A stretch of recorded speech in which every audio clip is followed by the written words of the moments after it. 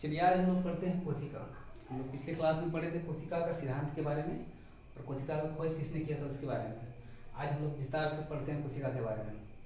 चलिए देखते हैं कोशिका की सबसे छोटी इकाई जिसे माइक्रोन कहा जाता है।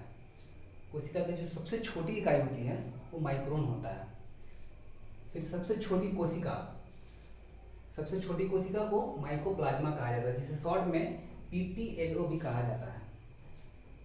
फिर है बड़ी कोशिका।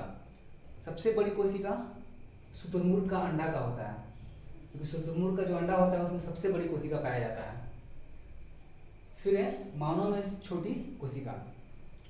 इसी की मानव में छोटी कोशिका होता है स्पर्म, यानी शुक्राणु जिसे बोला जाता है, मेल का, जिसे शुक्राणु बोला जाता है। फिर है बड़ी कोशिका। मानव में सबसे बड़ी कोशिका होता है ओवम का, अंडाणु जिसे बोला जाता है वो फीमेल में पाया जाता है। और फिर है लंबी कोशिका। एक लंबी कोशिका है जिसे न्यूरॉन बोला जाता है। न्यूरॉन यानी कि लंबी, यानी ध्यान दीजिएगा कि बड़ी कोशिका और लंबी कोशिका में फर्क होता है। जिसे कहीं कहीं होता है कि बड़ी कोशिका पूछा है तो इसको मार देता है कोई, अगर बड़ी इसमें है तो इसका अंडाणु होता है, और लंबी कोशिका पूछेगा तब न्यूरॉन होता है। यानी कहने का मतलब कि ताजमहल होता है, जैसे ताजमहल और कुतुब मीनार दोनों में फर्क है, वैसे ही ये भी है, बड़ी कोशिका और लंबी कोशिका।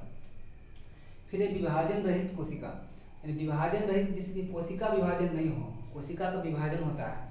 इसे कहीं कहीं मान लीजिए राहत लगा, कुछ लगा तो कोशिका मर जाता है, जब कोशिका मर गया तो अलग कोशिका जो होता है वो देखता है कि यहाँ पे नहीं है, तो उसमें से विभाजन होता है और वहाँ पे आ जाता है। लेकिन इसमें न्यूरॉन में नहीं होता है ऐसा।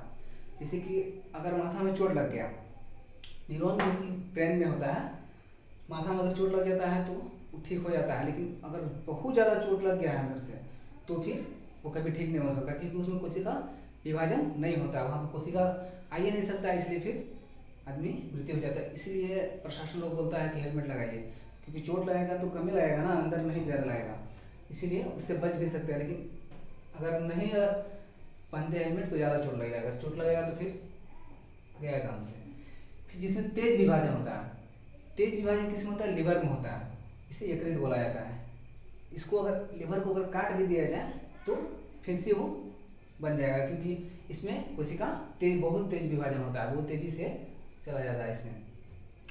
जैसे देखिए, अगर एक एग्जाम्पल लेते हैं कि अगर ईंट जो है, ईंट से अगर मिलाते हैं तो हम लोग दीवार बना सकते हैं, दीवार से कमरा बना सकते हैं, कमरा से घर बनाया जा सकता है। वैसे ही ये है कोशिका, कोशिका से ऊतक बनता है, और ऊतक से अंग बनता है, और अंग से शरीर बन जाता है। ऐसे ही ये ऊतक जो है बहुत छोटा इकाई है, बता चुके थे पहले भी, और ये इसी से आगे हम लोग देखते हैं। कोशिका का आकार कम से कम 0.1 माइक्रोमीटर से लेकर 0.5 माइक्रोमीटर तक होता है। फिर कोशिका का अधिकतम आकार जो है 170 इंटू 135 माइक्रो एमएम होता है। फिर कोशिका के अंदर सबसे छोटी अंग, जो कोशिका के अंदर जो सबसे छोटा अंग पाया जाता है वो होता है राइबोसोम का अंग, जिसे पैलेट ने खोज किया था। राइबोसोम का कार्य जो है प्रोटीन को संश्लेषण करना होता है, यानी जो राइबोसोम को क्या बोलते हैं, प्रोटीन का फैक्ट्री भी बोला जाता है, एक तरह से इसको प्रोटीन का फैक्ट्री भी बोला जाता है। इसको एक बार स्क्रीनशॉट कर लीजिए, फिर हम लोग देखते हैं आगे ये क्या होता है।